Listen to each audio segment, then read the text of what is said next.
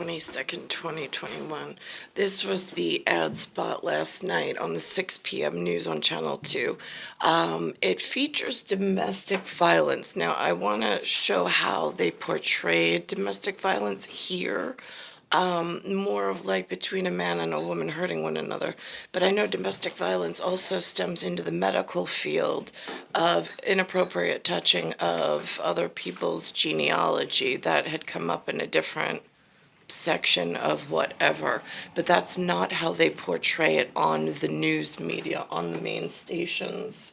Our Michael J. Fox exclusive, the latest on his Parkinson's battle, plus confessions from Adele and Melanie C. co-host. I cannot wait to spice things up. That's the D. Tonight at 7:30 on CBS2. There's just one thing. This is Domestic Violence Awareness Month, and there is renewed effort on Long Island First to teach time I've young heard of people that. how to have healthy It's October. relationships. And officials say the recent homicide of 22-year-old Blue Point native Gabby Petito makes this discussion all the more timely and essential. CBS 2's Carolyn Gussoff reports.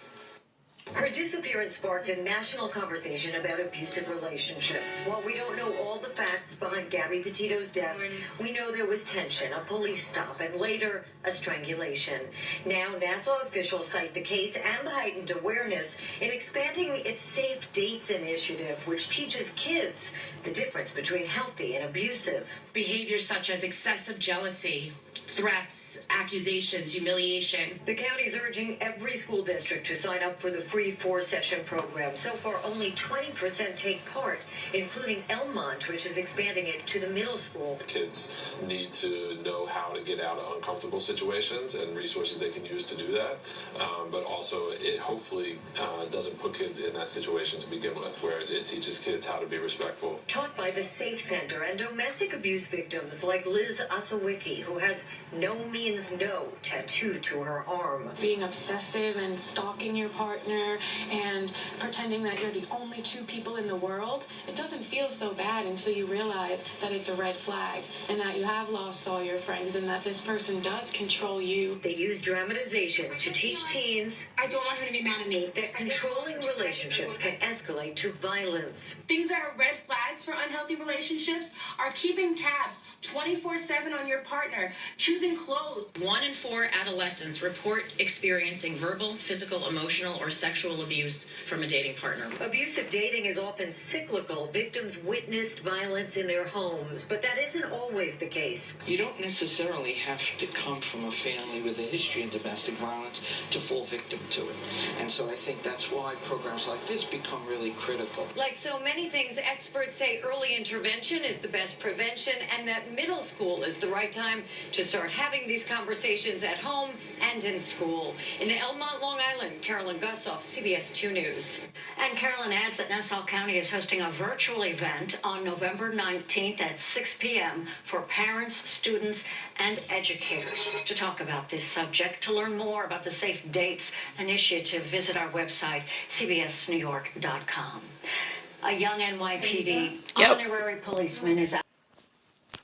So for me, I'm just curious because that was the domestic violence. That's the way that they describe domestic violence to each other in the local New York area. They seem to watch a lot of television, and domestic violence, if you're thinking of international affairs and domestic affairs, because that's what they say when you look at a whole sphere, which currently I've got a lot of different squares going on. So domestic violence, being that it's Domestic Violence Month, is that where they actually analyze the statistics of what has made landfall? Let's just take New York, for instance, and analyzed on some kind of, let's go easy, bar graph, what in like 5-year increments or 1-year increments, who's making it onshore, in what numbers, and how is that related to the domestic violence rate going up? Meaning that anything violently related, I mean, it's so obvious that there's a correlation with what's going on between the numbers of what I saw as a child in demograph to now. It's also really obvious that there was some kind of lotto system or some kind of money surge that happened. I have no idea how or why. And then it's like everything that could have been wonderful just disappeared. But they make sure to show you on the television just how wonderful their Oprah book clubs are, and their vacation clubs, and their timeshares, and their yachting, sailing lives. It's real, and they're like cruises to like Norway that I've never been to, and Caribbean, and so on and so forth. It's really absurd and disgusting. It's either that or it's the drug companies pushing cancer and research. And then you've got somebody from the CDC coming on and lying through her teeth. Not my genealogy, somebody else's genealogy completely. So at least whatever on that. But then coming out as some authority in the New York broadcast, lying to the entire theater. Just saying. I don't know how humanity set itself up this way, but from a New York perspective, looking out through a lens of a television, it looks absolutely disgusting. And I don't know how it broke this bad.